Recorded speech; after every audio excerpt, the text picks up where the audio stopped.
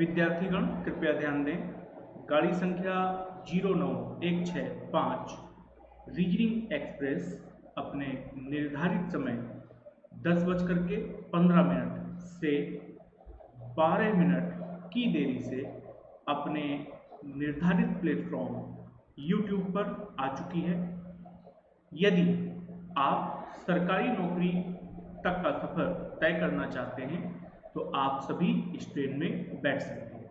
यह ट्रेन सरकारी नौकरी तक का सफर via UP police, UP triple S C, UP PSC, SSC, railway station से होकर के जाएगी। इनमें से यदि आप किसी भी स्टेशन के माध्यम से सरकारी नौकरी तक का सफर तय करना चाहते हैं तो आप सभी का इस ट्रेन में स्वागत है। धन्यवाद।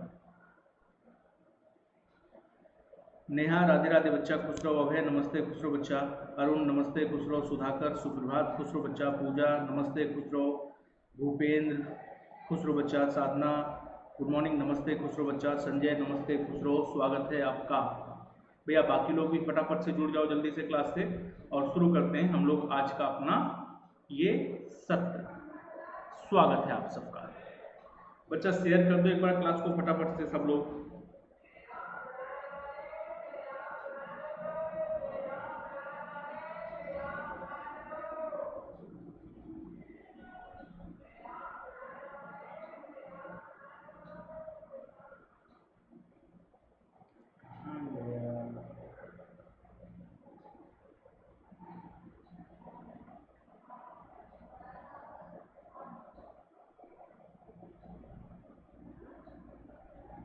चलिए शुरू किया जाए। धन्यवाद सुधाकर। चलिए शुरू करते हैं। तो मैं डीसी मिश्रा आपका शिक्षक स्वागत करता हूं आप सभी लोगों का रीजनिंग एक्सप्रेस यूट्यूब चैनल पर। जितने भी लोग सत्र से जुड़ चुके हैं आप सभी लोगों से विनम्र निवेदन है कि इस क्लास को शेयर कर दें। और यदि आप यूपी पुलिस कांस्टेबल का जो री एग्जाम होना है उसके लिए तैयारी कर रहे हैं या फिर जूनियर असिस्टेंट की परीक्षा के लिए तैयारी कर रहे हैं तो आप इस क्लास को जरूर देखें। यह क्लास निश्चित तौर पर आपको रीजनिंग में 100% स्कोर करने में सहायता प्रदान करेगी। तो चलिए शुरू करते हैं आज की क्लास के पहले सत्र से। शेयर करना मत भूलिएगा बच्चा। पहला क्वेश्चन आज का ये रहा, एक घड़ी में 32.5 मिनट में मिनट की सुई कितने डिग्री का कोण बनाएगी, ये वो हमसे क्वेश्चन में जानना चाहता है। तो बच्चा 32.5 मिनट का हमको समय दिया गया और इस 32.5 मिनट में मिनट की सुई द्वारा बनाया गया कोण कितना होगा। तो हम सभी जानते हैं क्या क्या बोला मैंने, क्या बताया है मैंने आपको कि घड़ी में मिनट की सुई द्वारा प्रत्येक मिनट में बनाया गया कोण कितना होता है। प्रत्येक मिनट में बनाया गया कोण, ठीक है, ये होता है बच्चा 6 डिग्री का। कितने का? 6 डिग्री का। तो घड़ी में मिनट की सुई द्वारा प्रत्येक मिनट में बनाया गया कोण 6 डिग्री का होता है। तो अगर 1 मिनट में 6 डिग्री का कोण बनना है तो बच्चा 32.5 मिनट में यानी 32.5 मिनट में कितने डिग्री का कोण बनेगा। तो 32.5 × 6 डिग्री कर दो केवल और केवल, आ जाएगा कि नहीं फिर। तो 32 × 6 कितना हो जाएगा बच्चा हमारे पास में 192 होना चाहिए और 0.5 यानी 3 डिग्री और बच्चा तो कितने का बनेगा हमारे पास 195 डिग्री का एंगल बनेगा कि नहीं बनेगा। अब बनेगा तो 195 डिग्री का एंगल, लेकिन हमारे पास 195 का कोई भी ऑप्शन दिया हुआ नहीं है। तो प्रश्न का उत्तर क्या आएगा? ऑप्शन नंबर डी, इनमें से कोई नहीं is only right answer of this question. 30 छक्का 180, 2 छंग 12, 192 और 0.5 × 6 कितना हो गया? 3 हो गया। ठीक है, आइए अगले क्वेश्चन पर चलते हैं। प्रश्न चिन्ह के स्थान पर क्या आना चाहिए ये वो हमसे जानना चाहता है। आओ जरा देखा जाए बच्चा क्या चल रहा है श्रृंखला में। श्रृंखला 7 से स्टार्ट हो रही है, 75 पर खत्म हो रही है। ऑप्शन भी 117, 153, 209 करके दिए हुए हैं। तो पास पास की संख्याएं, मल्टीप्लीकेशन नहीं चलेगा, प्लस माइनस चलेगा। तो प्लस माइनस अगर चल रहा है तो क्वेश्चन को आगे से सॉल्व करना शुरू करते हैं। तो 7 से 13 अगर हम जाते हैं कितने का अंतर निकल करके आता है? ये 6 का अंतर निकल करके आ रहा है। 13 से 25 कितने का अंतर निकल के आ रहा है? 12 का। 12 से 45 पर जाते हैं तो ये 20 का अंतर निकल करके आता है, और 45 से 75 पर जाते हैं तो प्लस के 30 का अंतर निकल करके आता है। आगे क्या होगा ये हमको जानना है। सिंगल लाइन में ब्रेक करने पर तो कुछ मिला नहीं, एक और लाइन में इसको ब्रेक करते हैं। 6 से 12 में कितने का अंतर है? 6 का। 12 से 20 में कितने का अंतर है? 8 का। 20 से 30 में कितने का अंतर है? 10 का। यानी ये 2 का अंतर निकल करके आ रहा है ना, 6 + 2 8, 8 + 2 10, तो अगली बार अंतर कितने का होगा? 12 का अंतर होगा। और 30 में यदि 12 को जोड़ेंगे तो कितना आना चाहिए? 42 आना चाहिए। 75 में अगर 42 को ऐड करेंगे तो 7 4 11 और 5 2 7, कितना आना चाहिए? 117। कहाँ लिखा हुआ है? ऑप्शन नंबर ए पर। तो option number A 117 is right answer of this question. ठीक है, अगला क्वेश्चन बच्चा हम सभी के सामने ये रहा। कोडिंग डिकोडिंग का क्वेश्चन है। कहता है यदि किसी सांकेतिक भाषा में ग्लैमर को IJCNMWP लिखा जाता है, मिस रूल को ये लिखा जाता है, तो उसी सांकेतिक भाषा में टॉपिकल का कोड क्या होगा हमसे जानना चाहता है। ठीक, ओके, आओ जरा देखा जाए बच्चा क्या कर सकते हैं इसमें। ग्लैमर, सबसे पहले ग्लैमर वाले में देख लेते हैं लॉजिक क्या लग रहा है। तो अगर हम ग्लैमर का कोड निकालते हैं कि ग्लैमर के कोड में लॉजिक क्या लगा है, तो ये है IJCN और MWP। लॉजिक की अगर बात करते हैं बच्चा, तो लॉजिक में G से I 7 से 9 प्लस का 2 हो रहा है, L से J माइनस का 2 हो रहा है, A से C अगेन प्लस का 2 हो रहा है, M से N ये केवल और केवल प्लस का 1 हुआ है, यानी +3 बीच में एक लेटर है उसको अलग कर दिया। O से M अगेन माइनस का 2 या प्लस का 2 और ये माइनस का 2। तो बच्चा +2 -2 +2 -2 +2 -2 अल्टरनेट पर चलना है, और जो बीच वाला लेटर है उसमें केवल और केवल प्लस का 1 करेंगे। तो अगर हम टॉपिकल का कोड निकालते हैं तो टॉपिकल का कोड हमारे पास क्या निकल करके आएगा? यहाँ नीचे की ओर लिख लेते हैं टॉपिकल। ठीक है, और टॉपिकल का जब हम कोड निकालेंगे तो बच्चा बीच वाला लेटर I से +1 करेंगे तो J आएगा, बाकी सब में +2 -2 करना है, तो T +2 करेंगे तो कितना आएगा? V, O -2 करेंगे तो कितना आएगा? M, P +2 करेंगे तो कितना आएगा? R। V M R J करके एक ही ऑप्शन हमारे पास है, option number C। This is the only right answer of this question, option number C। ठीक, चलिए अगले क्वेश्चन पर चलते हैं। अगला क्वेश्चन गायब कर लेते हैं अपने आप को, कथन और कार्रवाई का क्वेश्चन है। क्या कह रहा है बच्चा? कहता है कि मौसम विज्ञान विभाग ने वर्तमान मानसून के दौरान देश भर में सामान्य वर्षा का पूर्वानुमान किया है।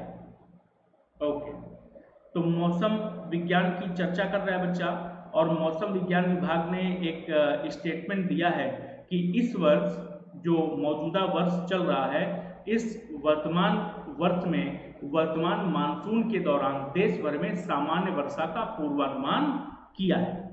कार्रवाई क्या होगी बच्चा? ये तो हमारे सामने एक स्टेटमेंट दिया गया। पहली कार्रवाई कहता है सरकार को वर्तमान वर्ष के लिए खाद्यान्नों की खरीद कीमत घटा देनी चाहिए। मतलब केस समझ रहे हैं आप कि वर्तमान वर्ष में मानसून के दौरान देश भर में सामान्य वर्षा होगी, तो भाई साहब ने सोचा क्या कि अगर सामान्य वर्षा होगी तो खाद्यान्न अच्छी कीमत में पैदा होगा, खाद्यान्न यानी अनाज अच्छा पैदा होगा, तो ऐसा करते हैं सरकार को कीमत घटा देनी चाहिए। अरे भैया, पहले ये पूर्वानुमान लगाया गया, मान लीजिए ना हुई बरसात अच्छी, या मान लीजिए किसी और का बहुत अधिक बरसात हो गई तो भी तो अनाज खराब हो जाएगा, तो कीमत घटा देनी चाहिए। ये सही कार्रवाई कतई नहीं हो सकती है। ठीक, पहला वाला गलत हो गया। कहता है सरकार को वर्तमान वर्ष के लिए उर्वरकों पर, ठीक है, जो खाद पानी होता है उर्वरकों पर सहायकी यानी जो सब्सिडी दी जाती है वो घटा देनी चाहिए। ये भी बेकार का कार्रवाई है, ये भी नहीं कर सकते, बल्कि सरकार को प्रोत्साहित करना चाहिए किसानों को कि वर्तमान वर्ष में मानसून अच्छा रहेगा, आप जरूर फसल को अच्छी तरीके से तैयार करें, फसल को बोएं, और सरकार को साथ ही साथ सहायकी यानी सब्सिडी देनी चाहिए ताकि ज्यादा से ज्यादा फसल का उत्पादन किया जा सके, ताकि आने वाले वर्षों के लिए उसका भंडारण किया जा सके। ये कंडीशन होनी चाहिए। सब्सिडी घटा देनी चाहिए, खरीद कीमत घटा देनी चाहिए, ये कतई इसकी सही कार्रवाई नहीं हो सकती। तो दोनों कार्रवाइयां गलत है बच्चा। ऐसा कौन सा आंसर दिखा रहा है? ऑप्शन नंबर सी में कह रहा है कि ना तो पहली कार्रवाई सही है और ना ही दूसरी, ये इसका उत्तर हो जाएगा। संख्या आज कम जुड़ी हुई है क्लास से, विनम्र निवेदन करते हैं आप लोगों से कि बच्चा क्लास को फटाफट से शेयर कर दो, जहां कहीं भी आप शेयर कर सकते हैं ताकि बाकी लोग भी इस क्लास को देख सकें। ठीक है, चलिए अगले क्वेश्चन पर चलते हैं। ये रहा अगला क्वेश्चन हम सभी के सामने। क्या कह रहा है भैया, दिए गए आंकड़े में वर्ग की कुल संख्या ज्ञात कीजिए। वर्ग यानी कि स्क्वायर काउंट करने के लिए कह रहा है। तो अगर आप स्क्वायर काउंट करने चल रहे हैं तो सबसे पहले बच्चा मैं अंदर से दिखाता हुआ आपको आ रहा हूं। सबसे पहले ये अंदर वाला फिगर ले लिया जाए। ठीक है, इस अंदर वाले फिगर में कितने स्क्वायर मिलेंगे, लॉजिक लगा दिया 1 और 2। कितने पॉइंट हैं, केवल 2, 1 और 2। दोनों को स्क्वायर करके जोड़ दो तो 1 का स्क्वायर 1, 2 का स्क्वायर 4। दोनों को जोड़ा तो कितने वर्ग मिलेंगे, 5 वर्ग मिलेंगे। सिमिलरली बच्चा ये बाहर वाला भी वर्ग आपको दिख रहा है कि नहीं दिख रहा है, देखो ये वाला वर्ग, यहां से भी कितने वर्ग मिलेंगे आपको, 5। तो प्लस का 5 और हो गया। इसके बाद एक सबसे बड़ा बाहर वाला ये वर्ग आपको नजर आ रहा है कि नहीं नजर आ रहा है, इसमें भी कितने वर्ग आपको मिलेंगे, प्लस का 5। 15 वर्ग तो बच्चा यही हो गया आपके पास में। इन 15 वर्गों के बाद और कौन कौन से वर्ग हैं जो नजर आ रहे हैं, तो जरा ध्यान से देखना बच्चा। एक वर्ग, ये जो मैं नीले कलर से बना रहा हूं, ये भी तो एक वर्ग है कि नहीं, एक वर्ग ये हो गया।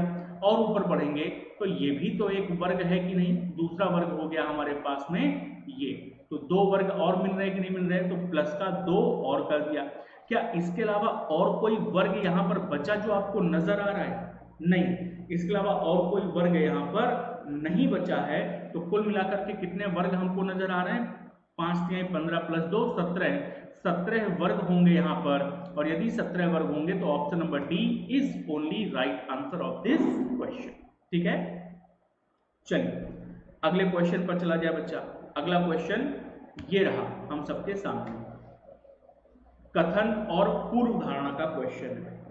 कथन क्या दिया हुआ है, दयनीय सेवा के बावजूद भी, दयनीय सेवा के बावजूद भी, दयनीय का मतलब घटिया, पुअर सर्विस। ठीक है, तो दयनीय सेवा के बावजूद भी उपभोक्ता ने इसके विरुद्ध कोई शिकायत नहीं की, ऐसा उन्होंने हमसे स्टेटमेंट में बोला है। यानी किसी फर्म की बात कर रहा है या जैसे बैंकिंग की बात कर रहे हैं, तो वहां पर जो सर्विस प्रदान की गई, सेवा प्रदान की गई, वो बहुत ही खराब स्थिति की सेवा थी, पुअर क्वालिटी सर्विस थी। इस पुअर क्वालिटी सर्विस के बावजूद भी उपभोक्ता ने इसके विरुद्ध कोई शिकायत नहीं की। अगर स्टेटमेंट में ऐसा हमारे सामने दिया गया है तो कौन सी पूर्व धारणा सही हो सकती है, ये वो हमसे जानना चाहता है कि सेवा कैसी थी, दयनीय, इसके बावजूद उपभोक्ता के द्वारा कोई भी शिकायत दर्ज नहीं की गई। अब पहले वाली पूर्व धारणा को पढ़ते हैं तो पहली पूर्व धारणा क्या कह रही है, कहता है साधारणतया लोग दयनीय सेवा बर्दाश्त नहीं करते हैं। ये पहला स्टेटमेंट, पहली पूर्व धारणा।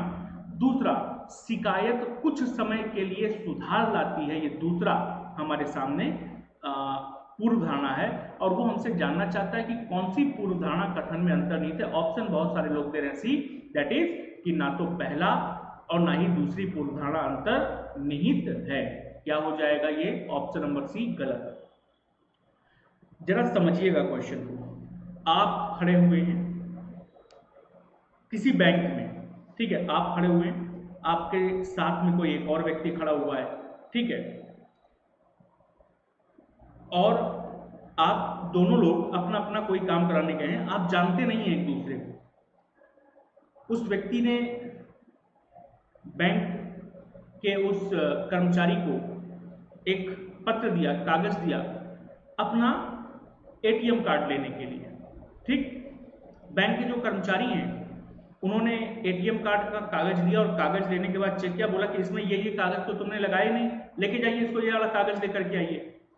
उसने कहा, उस व्यक्ति ने, कि सर अभी तो हम आपके पास आए थे, आपने कहा था ये वाला फॉर्म भर के ले आओ तो एटीएम दे देंगे, अब आप कह रहे हैं इसमें ये वाला भी कागज लाइए, एक ही बार में बता दीजिए कौन सा कागज लाना है। तो बैंक के कर्मचारी का कि तुमको नहीं पता है क्या कौन कौन से कागज लगते हैं, मेरे पास इतने समय कि मैं हर एक व्यक्ति को बताता घूमूं कौन कौन से कागज लगेंगे, लेके जाइए अपने सब। और उठा करके उसका कागज ऐसे फेंक दिया। क्या है? पुअर सर्विस है कि नहीं है?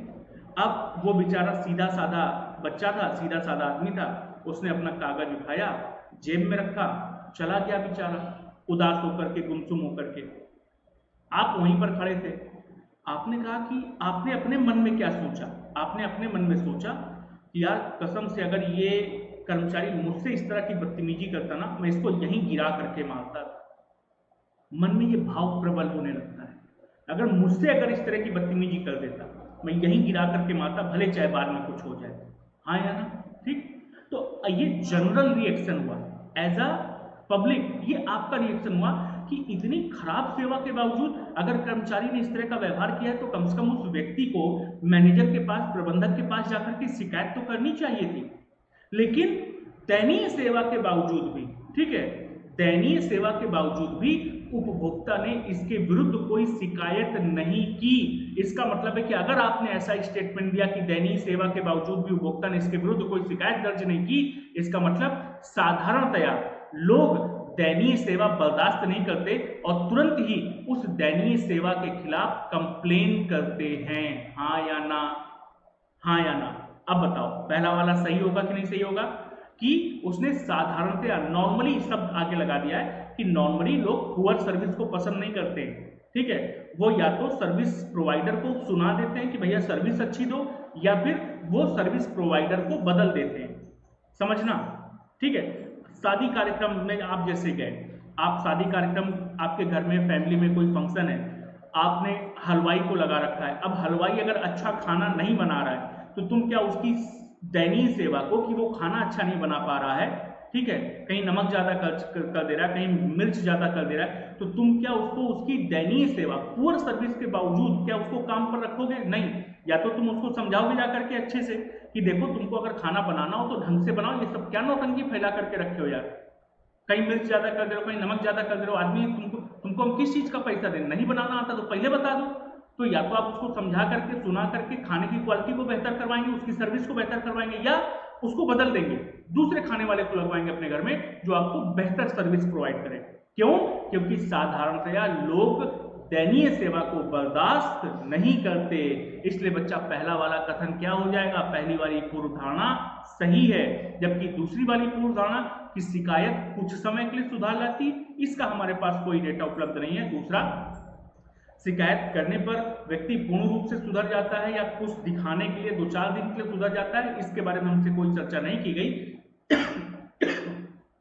इसलिए दूसरा वाला गलत होगा बच्चा। तो प्रश्न का सही उत्तर क्या आएगा? कि केवल पूर्व धारणा एक अंतर्निहित है।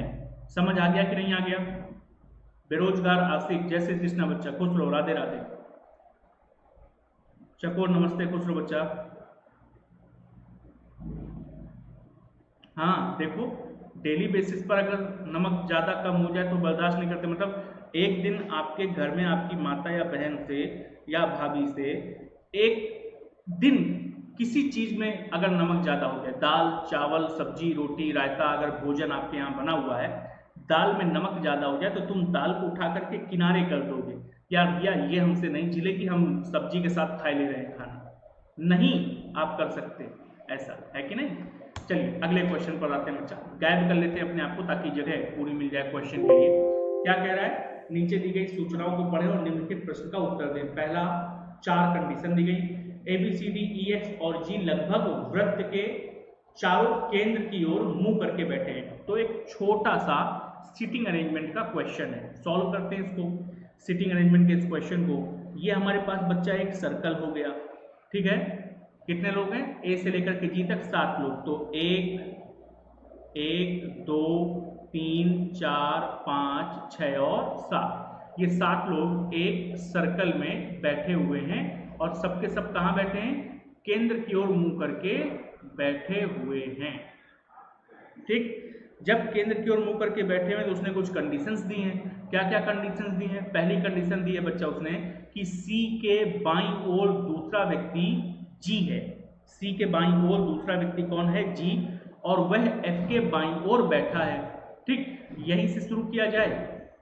ई के बाईं ओर तीसरा व्यक्ति ए है, डी और ई के बीच में भी, यहां से शुरू करते हैं कि ई के बाईं ओर तीसरा व्यक्ति कौन बैठा है, ए बैठा है। तो बच्चा यहाँ पर ई को बैठा लिया हमने, 7 पोजीशन में से किसी भी पोजीशन से क्वेश्चन को शुरू कर सकते हैं। तो यहाँ पर बैठाया ई को और उसने बोला ई के बाईं ओर तीसरा व्यक्ति कौन है, ए। तो अगर ई केंद्र की ओर देख रहा है तो उसका राइट पड़ेगा इस तरफ और लेफ्ट पड़ेगा इस तरफ, ये लेफ्ट पड़ेगा और ये राइट पड़ेगा। तो बाईं ओर तीसरा व्यक्ति पहले दूसरे तीसरे स्थान पर यहाँ पर कौन बैठेगा, ए बैठ जाएगा, ठीक। तो ई के बाईं ओर तीसरा व्यक्ति ए है और डी और ई के बीच में बी बैठा है। तो अगर बच्चा ई यहाँ पर है तो एक व्यक्ति को छोड़ करके डी यहाँ बैठा देंगे तो यहाँ पर कौन बैठेगा, बी, या फिर एक व्यक्ति को छोड़ करके डी को यहाँ बैठाएंगे तो बी यहाँ पर बैठेगा। तो डी और ई के बीच में बी बैठा है। फिलहाल हमने ई के राइट में डी और बी को अरेंज किया, ठीक। आगे चल करके देखते हैं और क्या है। कहता है सी के बाईं ओर दूसरा व्यक्ति जी है और वह एफ के बाईं ओर बैठा है। कौन एफ के बाईं ओर बैठा है बच्चा, और आता है फर्स्ट पर्सन, फर्स्ट पर्सन पे कौन है, सी। तो सी एफ के बाईं ओर बैठा है। कब हो सकता है बच्चा, अगर आप एफ को यहाँ पर अरेंज करेंगे तो उसके इमीडिएट बाएं पर यहाँ पर सी आएगा। एफ और सी के लिए बच्चा यहाँ पर और कोई कंडीशन तो नहीं बता सकते, ठीक। और उसने बोला है सी के बाईं ओर दूसरा व्यक्ति कौन है, जी। तो अगर सी यहाँ पर है तो पहले और दूसरे स्थान पर यहाँ पर कौन आ गया, जी। पूरा का पूरा क्वेश्चन बन गया कि नहीं बन गया, कि सीटिंग अरेंजमेंट में इस तरह से सभी लोग बैठेंगे। अब उसने क्वेश्चन पूछा है निम्नलिखित में से कौन सा गलत है, कौन सा गलत है। 4 स्टेटमेंट दिए, इन 4 में से कोई एक गलत होगा, उसी के बारे में वो जानना चाहता है। पहला, ई के दाईं ओर चौथा व्यक्ति ए है। जब आप चेक करना शुरू करेंगे ई से राइट में तो पहले दूसरे तीसरे चौथे स्थान पर ए आ रहा है, यानी ये तो सही है, हमको गलत पता करना है, तो ये हमारा उत्तर नहीं होगा। डी के ठीक दाईं ओर जी है, तो बच्चा डी ए है, उसके ठीक दाईं ओर जी बैठा है कि नहीं, ये भी क्या है, सही। हमको क्या पता करना है, गलत पता करना है, तो ये भी हमारा उत्तर नहीं हो सकता। फिर कहता है कि डी के ठीक बाईं ओर ई बैठा है। अब बच्चा अगर ये डी है तो क्या इसके ठीक बाईं ओर ई बैठा हुआ है क्या, नहीं, डी के ठीक बाईं ओर बी बैठा हुआ है। वो हमसे यही जानना चाहता था कि इन स्टेटमेंट्स में से कौन सा स्टेटमेंट गलत है, तो सी वाला स्टेटमेंट गलत है। Option number C is only right answer of this question. समझ आ गया कि नहीं आ गया। हर्षित नमस्ते बच्चा, खुश रहो। ये क्वेश्चन समझ आ गया कि नहीं आ गया सबको।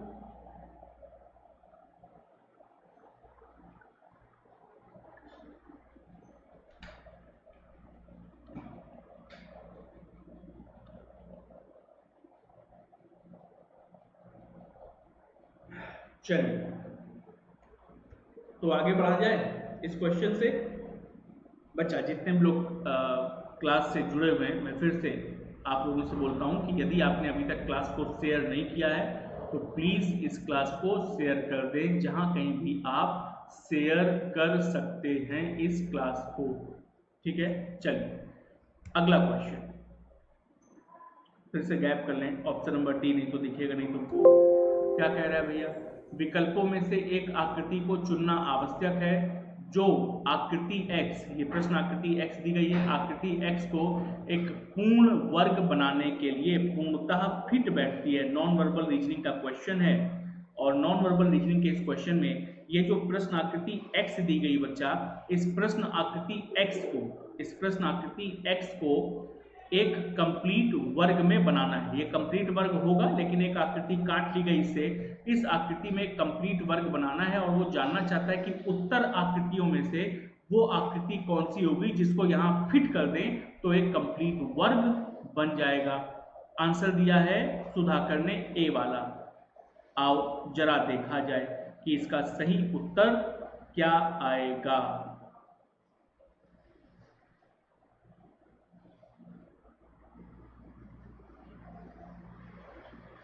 तो अगर हम इसको बनाते हैं तो हमारे पास ये आकृति ऐसी आ जानी चाहिए, ठीक है।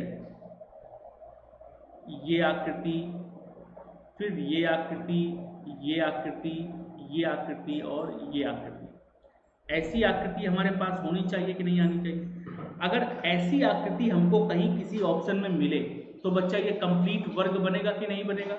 और अगर ये कंप्लीट वर्ग बनेगा तो ऑप्शन नंबर ए में बच्चा ये यहाँ तक तो ठीक है, लेकिन जो ये वाला हिस्सा बना दिया है उसने, ये वाला हिस्सा क्या है, गलत है, ठीक है। ये हमारे पास मात्र छोटा सा ये ट्रायंगल बन रहा है, जबकि उसने इस लाइन को बहुत दूर तक खींच दिया है। आंसर ए दिया था शायद किसी ने भी, तो ये बहुत दूर तक खींच दिया बच्चा, ये यहाँ तक नहीं जाएगा, ये यहाँ आने के बाद सीधी हो जानी चाहिए थी लाइन, इसलिए ए तो इसका उत्तर कतई नहीं हो सकता।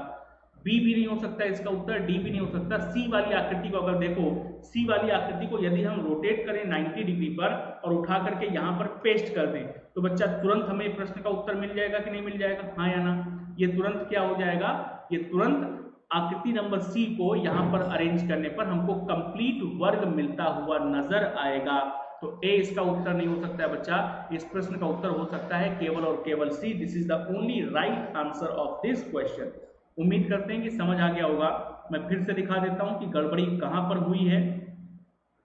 अगर आप ऑप्शन नंबर ए को देखेंगे तो ऑप्शन नंबर ए में बच्चा ये जो लाइन है, ये लाइन बहुत नीचे तक चली गई है ट्रायंगल को बनाते हुए, जबकि वास्तविक तौर पर ट्रायंगल केवल और केवल यहाँ पर खत्म हो जाना चाहिए था और फिर ये लाइन सीधी जानी चाहिए थी, जैसे कि यहाँ पर ये है कि ट्रायंगल यहाँ पर खत्म और फिर लाइन सीधी है। ऐसा फिगर कहाँ पर मिल रहा है, केवल और केवल सी वाले में।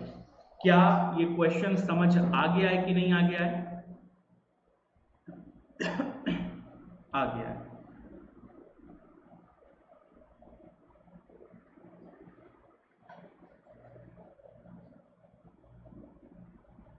ठीक, चलो मिंटू नमस्ते बच्चा, खुश रहो। अगला क्वेश्चन ये रहा आप सबके सामने। क्या कह रहा है क्वेश्चन में? कोडेड ब्लड रिलेशन का क्वेश्चन है।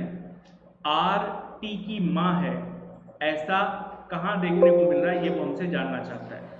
चेक करते हैं जरा कि आर टी की माता है ऐसा कहाँ पर मिल रहा है। सबसे पहले तो बच्चा शॉर्ट ट्रिक लगा करके देखते हैं फैमिली ट्री बनाने के पहले कि शॉर्ट ट्रिक से हमारे क्वेश्चन का उत्तर निकल सकता है कि नहीं निकल सकता है। शॉर्ट ट्रिक लगाते हैं तो उसने हमसे कहा है कौन सा इक्वेशन दर्शाता है कि आर टी की माँ, यानी आर के बारे में हमको पता करना है।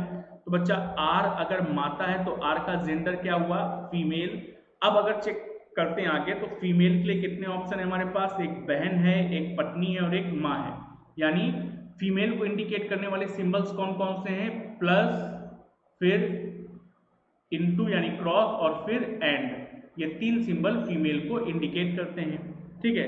तो आर के बाद प्लस, क्रॉस या एंड कहाँ कहाँ पर आ रहा है, तो आर के बाद एंड हमको सेकेंड वाले में मिल रहा है, आर के बाद एंड हमको थर्ड वाले में भी मिल रहा है, आर के बाद प्लस हमको फोर्थ वाले में भी मिल रहा है। तो ऑप्शन नंबर ए का फैमिली ट्री बनाने की आवश्यकता नहीं है, ठीक।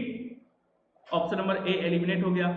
नेक्स्ट काम क्या किया जाए बच्चा, नेक्स्ट काम हम लोग करते हैं कि आर और टी के बीच के जेंडर को फाइंड आउट कर लेते हैं। तो अगर आर टी की माता है तो आर और टी के बीच में जेंडर जनरेशन गैप कितना होगा बच्चा, कितने पीढ़ियों का अंतर होगा। अगर आर टी की माता है तो आर और टी के बीच में जनरेशन गैप होगा 1 का जनरेशन गैप। चेक करते हैं ऑप्शन में आर और टी के बीच जनरेशन गैप 1 कहां पर दिया हुआ है, तो आर ये लिखा हुआ है बच्चा, टी ये लिखा हुआ है। अगर आर और टी ये लिखे हुए तो हमको किससे मतलब है, आर और टी के बीच में आने वाले सिंबल्स से मतलब है। ये क्यू या ये एस, ये जो भी आ रहे हैं इनसे हमें कोई फर्क नहीं पड़ता, हमें केवल किससे फर्क पड़ता है, उनके बीच आने वाले सिंबल से।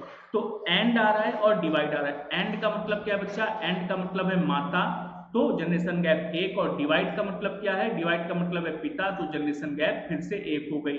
ये जनरेशन गैप कितनी मिल रही है, 2।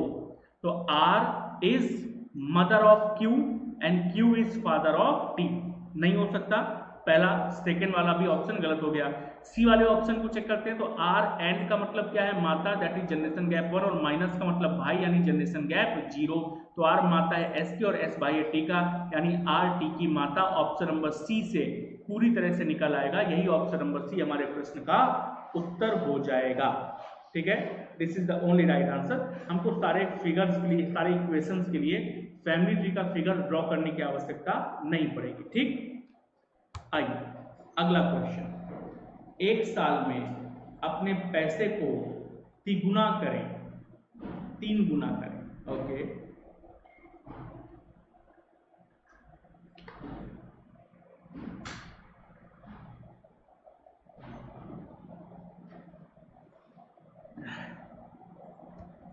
तो बच्चा ये हमारे पास फिर से एक कथन और कथन के आधार पर पूर्व धारणा का क्वेश्चन दिया गया है। तो कथन और पूर्व धारणा के इस क्वेश्चन में वो हमसे कह रहा है कथन में कि 1 साल में अपने पैसे को तिगुना करें, ऐसे बोला उसने। क्या है, एक विज्ञापन है। 1 साल में अपने पैसे को तिगुना करें, एक विज्ञापन। अब अगर ऐसा विज्ञापन दिया गया है तो विज्ञापन देने वाले व्यक्ति ने क्या सोच करके ऐसा विज्ञापन दिया होगा ये हमको पता करना है। ठीक है, विज्ञापन देने वाले व्यक्ति ने क्या सोच करके ऐसा विज्ञापन दिया है ये पता करना है। ठीक, 1 साल में अपने पैसे को तिगुना करें। पहली धारणा, आश्वासन वास्तविक नहीं है, यानी ये जो विज्ञापन दिया गया है ये वास्तविक नहीं है। हमें कोई जानकारी नहीं है कि ये जो विज्ञापन जिस व्यक्ति ने दिया है ये वास्तव में पैसे को तिगुना करेगा 1 साल में या नहीं करेगा, या लक्ष्मी चिटफंड वाले की जगह की तरह भाग जाएगा। ठीक है, वो फिर हेरा फेरी पिक्चर में होता है ना, लक्ष्मी चिटफंड वाला भाग जाता है। तो नहीं पता बच्चा कि 1 साल में पैसे को तिगुना करेगा या नहीं करेगा। आश्वासन ये जो विज्ञापन दिया गया ये सही है कि नहीं सही है, हम इसके बारे में कोई भी जानकारी जुटा नहीं सकते। हाँ, विज्ञापन क्यों दिया गया, विज्ञापन देने वाले व्यक्ति ने क्या सोच करके विज्ञापन दिया होगा। क्यों बच्चा, विज्ञापन देने वाला व्यक्ति बहुत अच्छे से जानता है कि लोग चाहते हैं कि उनका पैसा कई गुना बढ़ जाए, काम धंधा कुछ ना करना पड़े, लेकिन पैसा दिन दूनी रात चौगुनी तरक्की करता रहे। हम कुछ ना करें लेकिन पैसा हमारे पास आता रहे। ठीक है, तो बच्चा लोग चाहते हैं कि उनका पैसा कई गुना बढ़ जाए। ये कैसा हमारे पास पूर्व धारणा हो जाएगी, ये एकदम सही पूर्व धारणा हो जाएगी। विज्ञापन देने वाले व्यक्ति ने इसी मानसिकता के साथ में ये विज्ञापन दिया कि 1 साल में अपने पैसे को तिगुना करें। लोग चाहते हैं कि उनका पैसा कई गुना बढ़ जाए। तो केवल दूसरी वाली पूर्व धारणा से ये कहाँ लिखा हुआ है, option number D is only right answer of this question. 21 दिन में पैसा डबल, नहीं, ऐसी किसी स्कीम में फंसना भी नहीं। रानी गुप्ता मिशन वर्दी, बहुत बहुत स्वागत है बच्चा, नमस्ते। ईश्वर से प्रार्थना है कि मिशन वर्दी जो आपका है वो पूरी तरह से सफल हो। और बच्चा, पैसा जीवन की सबसे बड़ी जरूरत, हालांकि कुछ लोग इससे इत्तेफाक करेंगे, लेकिन आज के समय में यदि आपके पास पैसा है तो आपके पास सब कुछ है। ठीक है, और यदि आपके पास पैसा नहीं है तो आप जीवन में कुछ भी हो लें, आप कभी भी सफल नहीं कहलाएंगे। आपके आसपास होने वाले रिश्ते आपके पैसे पर निर्भर करते हैं, और वो कोई भी रिश्ता हो, कैसा भी रिश्ता हो। ठीक है, लोग अपवाद करेंगे कि नहीं सर, माता पिता या भाई बहन का रिश्ता ऐसा नहीं होता है। अपवाद लाखों करोड़ों में एक में छोड़ दूं तो अलग बात है, वरना माँ पिता भाई बहन कभी ना कभी वो स्थिति जरूर आ जाती है। हालांकि माता पिता उस चीज को भले के लिए बोलते हैं, मैं ये बात से जरूर सहमत हूँ, पर ऐसी स्थिति जरूर आएगी जब आपको लगेगा कि मैंने जीवन में कुछ भी हो या ना हो, पैसा होना चाहिए। पैसा बहुत जरूरी बच्चा जीवन में, है कि नहीं। हाँ,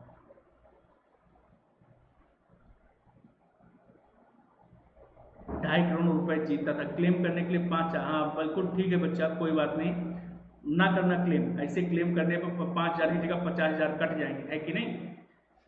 हाँ चलिए बच्चा आगे बढ़ते हैं। तो जीवन में एक लक्ष्य हमेशा रखना कि पैसे कमाना है। अब पैसे कमाने के लिए गलत रास्तों पर नहीं चलना, सही रास्ते पर चलना, अपनी मेहनत पर भरोसा करना, कर्म पर भरोसा करना, कर्म प्रधान व्यक्ति बनना और पैसे कमाना बच्चा। ठीक है, वरना पैसे नहीं होंगे ना जेब में। एक खाली जेब वाले व्यक्ति से ना तो उसकी माँ प्रेम करती है, ना पिता, ना भाई, ना बहन, ना पत्नी, ना गर्लफ्रेंड, कोई नहीं। एक खाली जेब वाला व्यक्ति रिश्तों में भी हमेशा खाली होता है। ठीक है, आइए अगले क्वेश्चन पर चलते हैं। क्या कह रहा है क्वेश्चन, कहता है यदि एक सभागार में 58 दर्पणों को लगाया गया, दर्पण यानी कि मिरर। ठीक है, एक सभागार है और उस सभागार में 58 दर्पणों को लगाया गया है। कहता है क्वेश्चन में क्या कि 21वें दर्पण में, क्या बोला है क्वेश्चन में, 21वें दर्पण 21 मिरर। ठीक है, 21वें दर्पण में दर्पण प्रतिबिंब समय 8:41 हो रहा है। ठीक है, यानी 58 दर्पण लगे हैं, जैसे 1 2 3 4 ऐसे करके मिरर लगे हुए हैं। ऐसे ही 21वें मिरर में जब देखा गया, कौन से मिरर में देखा गया, 21वें मिरर में देखा गया, तो समय कितना था बच्चा, 8:41 तक। ठीक, तो वो हमसे जानना चाहता है कि बताइए 53वें दर्पण में जब देखा जाएगा, किसमें, 53वें दर्पण में जब देखा जाएगा तो समय क्या रहेगा, 53वें दर्पण में समय क्या रहेगा, ऐसा वो हमसे जानना चाहता है। रवीना गुड मॉर्निंग बच्चा, एकदम सही बात है बच्चा, संतुलन में ही सुख है, रिश्ते पैसे सब जगह संतुलन बहुत आवश्यक है। लेकिन मैं सच कह रहा हूँ, रिश्ते आपके चाहे कितने अच्छे हों, आप कितना भी संतुलित होकर के रिश्तों को सहेज करके रखें, पर चीजें बिगड़ती हैं, निश्चित तौर पर बिगड़ती हैं। ठीक है, अच्छा तो बच्चा 21वें स्थान पर जो दर्पण लगा है उसमें समय 8:41 हो रहा है, तो हमसे जानना चाहता है 53वें दर्पण पर क्या होगा। तो अगर 21वें में, संदीप मित्तल आवाज नहीं आ रही यार, बाकी लोगों को तो आवाज आ रही बच्चा, वैसा कैसे हो सकता है तुम्हें नहीं आवाज आ रही, थोड़ा सा वॉल्यूम बढ़ाओ अपनी बच्चा संदीप। तो जब यहां से आगे बढ़ते हैं तो 22वें दर्पण पर कितना समय हो रहा होगा, अगर 21वें दर्पण में 8:41 का समय, तो 22वें दर्पण पर बच्चा, अब 8:41 से 22वें दर्पण पर अगर आप समय निकालना चाहते हैं तो क्या करें, दिए गए समय को, जो मीन टाइम होता है 12 बजे यानी 11:60 से 8:41 को माइनस कर दो, कितना आ जाएगा, यह आ जाएगा 19 या बचा 3, तो कितना समय हुआ 3:19। अब अगर इससे आगे बढ़ेंगे दर्पण नंबर 23 पर चलेंगे, तो दर्पण नंबर 23 पर बच्चा कितना समय आएगा, बहुत ध्यान से क्वेश्चन को समझना, बहुत ध्यान से क्वेश्चन को समझना बच्चा। नंबर 23 पर चलते हैं, अगर हम 23वें दर्पण पर चलेंगे तो कितना समय निकल करके आएगा बच्चा, 22वें दर्पण में समय निकल करके आया 3:19। अब 22वें दर्पण पर जो इमेज बन रही है वही तो रिफ्लेक्ट होगी ना 23वें दर्पण पर, तो बच्चा 23वें दर्पण पर क्या इमेज बन करके आएगी, अगेन 11:60 में से बच्चा 3:19 को माइनस कर दो तो कितना निकल करके आया 41, और ये कितना आया 8, यानी 8:41 का समय आएगा। ये मैं जो बता रहा हूं उसके पीछे का कारण क्या था, अब जरा ध्यान से समझना। अब आपको समझ में आया, कोई बात नहीं संदीप, अब जरा आपको ध्यान से देखें तो समझ में आएंगे कि क्या, कि दर्पण नंबर 21 में, दर्पण नंबर 21 में समय कितना आया 8:41, दर्पण नंबर 23 में समय कितना आया 8:41, दर्पण नंबर 21 और 23 में समानता क्या है बच्चा, दर्पण नंबर 21 और 23 में समानता क्या है, यानी ऑड नंबर पर जो दर्पण लगे हुए हैं, ऑड नंबर पर जो मिरर लगे हुए हैं उनमें समय कितना आ रहा है 8:41। अच्छा 23वें दर्पण पर अगर 8:41 समय आया है तो 24वें दर्पण पर चलेंगे बच्चा, तो 24वें दर्पण में कितना समय निकल करके आएगा, 11:60 में 8:41 को माइनस करें यानी 3:19, यानी अगर ऑड नंबर वाले मिरर पर चलेंगे 21 23 तो कितना समय आएगा 8:41। अगर इवन नंबर वाले मिरर पर चलेंगे, किसमें, इवन नंबर वाले मिरर पर चलेंगे तो समय निकल करके आएगा 3:19 का बच्चा। तो उसने कौन से मिरर के बारे में हमसे जानकारी चाहिए, उसने कहा बताओ 53वें मिरर पर समय क्या होगा, तो 53वां मिरर कौन सा है, ऑड नंबर का मिरर है, अगर 53वां मिरर ऑड नंबर का मिरर है तो ऑड में समय आएगा 8:41 का, कहां दिया हुआ है, कहीं पर नहीं दिया हुआ, तो प्रश्न का उत्तर क्या आएगा, इनमें से कोई नहीं, option number D is only right answer of this question. समझ आया कि नहीं आया है? बढ़िया मजेदार क्वेश्चन था, उम्मीद करते हैं कि लॉजिक भी समझ आ गया होगा कि लॉजिक क्या है क्वेश्चन का।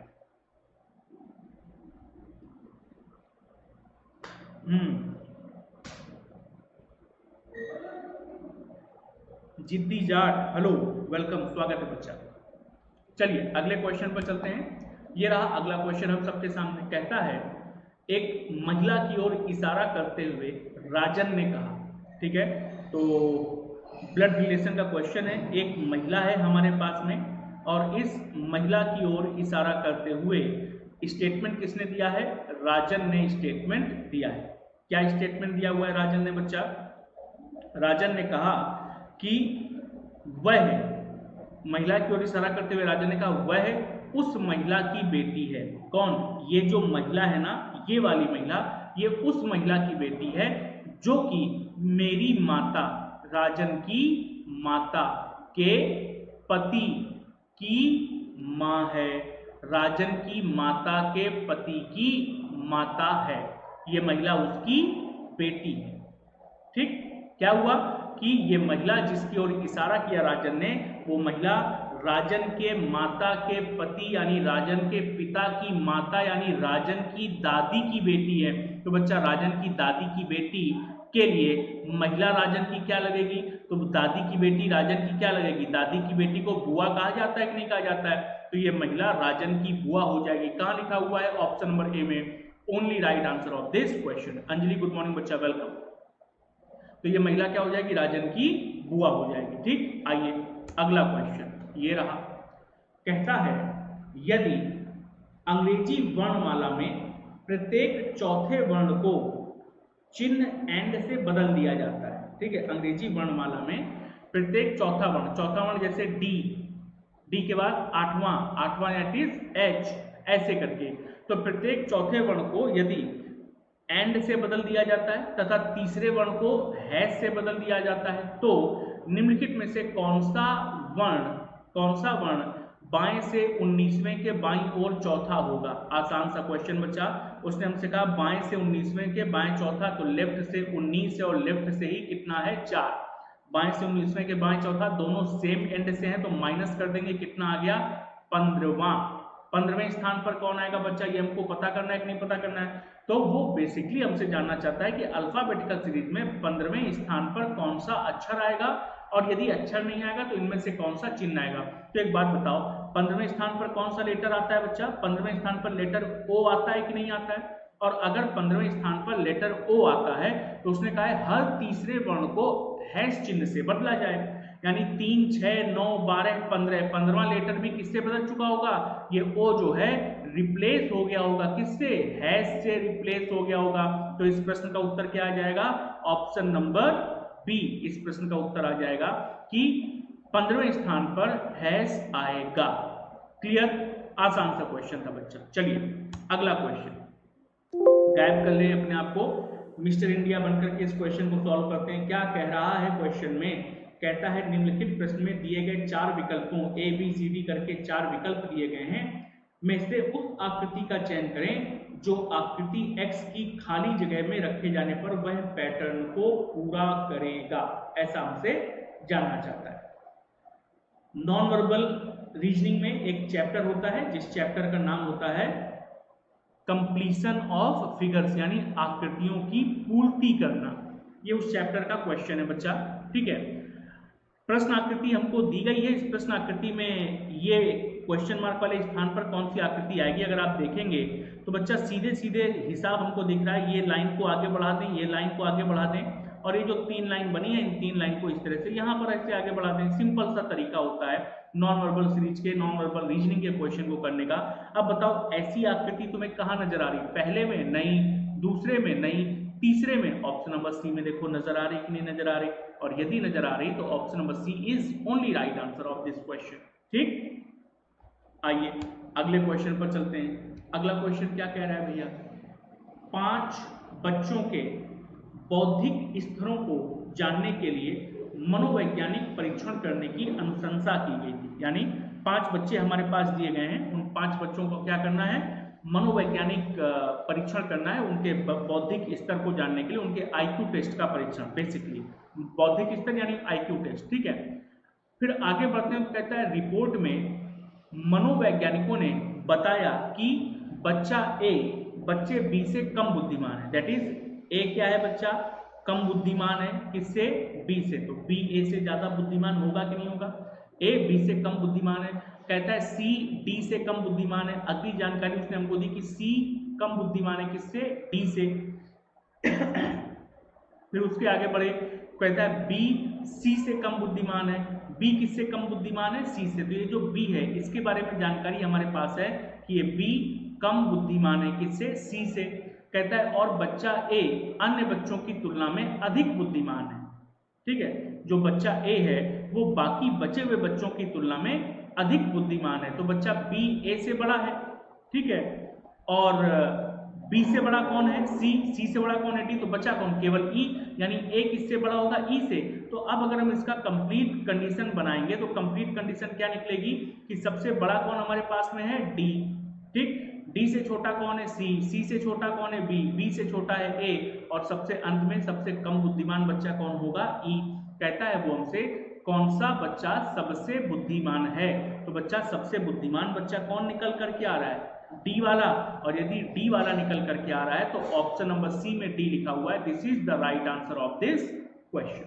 हमारे प्रश्न का उत्तर हो गया बच्चा। ठीक है, चलिए अगले क्वेश्चन पर चलते हैं। अगला क्वेश्चन खत्म। ट्रेन अपने निर्धारित प्लेटफॉर्म पर पहुंच गई।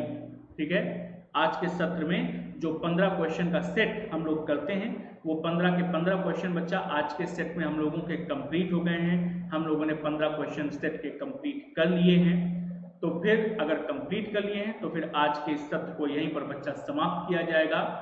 ये आपका चैनल है रीजनिंग एक्सप्रेस, यूट्यूब चैनल है रीजनिंग एक्सप्रेस। इस यूट्यूब चैनल पर यदि आप पहली दफ़ा आए हैं और आपको ये क्लास पसंद आई है, इस क्लास से आपको कुछ सीखने को मिला है, तो इस रीजनिंग एक्सप्रेस चैनल को अपना मान लीजिएगा बच्चा, और अपना मान करके इस चैनल को शेयर कर दीजिएगा, सब्सक्राइब कर दीजिएगा। ठीक है, सिंपल सा फंडा। यदि आपको यहाँ से कुछ सीखने को मिला हो तो क्लास को लाइक करना मत भूलिएगा। ठीक है, जरूर लाइक करिएगा। यदि आपको लगे कि नहीं ये क्लास अच्छी है, ये चैनल अच्छा है, इस चैनल का कंटेंट अच्छा है, तो शेयर जरूर करिएगा। जहाँ कहीं भी आप शेयर कर सकते हैं शेयर करेंगे आप इस चैनल को, तो ही ये चैनल धीमे धीमे से आगे बढ़ेगा। ठीक, और शेयर करेंगे तो निश्चित तौर पर आप उनसे विनम्र पूर्वक निवेदन कर सकते हैं कि अगर आपको अच्छा लगे तो आप इसको सब्सक्राइब करें। जो लोग पहली बार क्लास में आए हैं बच्चा, उनसे मैं निवेदन करूंगा कि यदि आप इस क्लास में आए हैं पहली बार, इस चैनल से पहली बार जुड़े हैं, और अगर आपको ये क्लास पसंद आई, ये कंटेंट पसंद आया, तो इस चैनल को सब्सक्राइब कर लें, जिससे कि प्रतिदिन 10:15 बजे जो क्लास होती है उस क्लास के साथ में आप जुड़ सकें। ठीक है, प्रतिदिन सुबह 10:15 बजे क्लास होती है। ठीक, आप इससे जुड़ सकें। और क्लास जब खत्म हो तो क्लास के खत्म होने के बाद आप अपना कमेंट करना मत भूलिएगा कि आपको ये क्लास कैसी लगी। कोई सुझाव है तो आप वो भी दे सकते हैं, जरूर कमेंट कीजिएगा बच्चा। लाइक शेयर और सब्सक्राइब करना भी मत भूलिएगा। कल फिर सुबह 10:15 बजे आप लोगों से मिलेंगे। ठीक है, आइए बच्चा, क्लास 10:15 बजे स्टार्ट हुई थी, बहुत धन्यवाद। लेकिन टिकट पैकेज में चाय नाश्ता था, वो नहीं मिला। नहीं, अभी ये सुपर एसी डिब्बे है बच्चा, अभी इसको कन्वर्ट करेंगे धीरे धीरे। इसको वंदे भारत स्लीपर ट्रेन में इसको कन्वर्ट करना है, तो अभी चाय नाश्ता नहीं दिया जा रहा है। ठीक है, अभी सिर्फ फ्री में आपको आपकी मंजिल सरकारी नौकरी तक का सफर तय करवा रहे हैं। चाय नाश्ते के लिए जब टिकट में पैसा लेंगे, इंक्लूड करेंगे, तो चाय नाश्ता भी दिया जाएगा। धन से सब कुछ खरीदा जा सकता है, भले कुछ वक्त के लिए कट सकते हैं। धन से केवल स्वास्थ्य नहीं खरीदा जा सकता, हमेशा याद रखना। धन से केवल अच्छा स्वास्थ्य नहीं खरीदा जा सकता, बाकी इस दुनिया में सब कुछ बिकाऊ है बच्चे। सिर्फ आपका स्वास्थ्य नहीं खरीदा जा सकता धन से।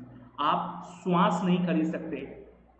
आप गिनती की 10 श्वास भी, अरबों रुपए होने के बाद भी आप 10 श्वास नहीं खरीद सकते अपने लिए। यानी कि अच्छा स्वास्थ्य खरीदा नहीं जा सकता धन से, बाकी इस दुनिया में हर चीज बिकाऊ है बच्चे, कुछ भी खरीद सकते हो। चलिए आज के इस सत्र को यहीं पर समाप्त करते हैं बच्चा। आप सभी का बहुत बहुत धन्यवाद। कल सुबह 10:15 बजे मिलना मत भूलिएगा।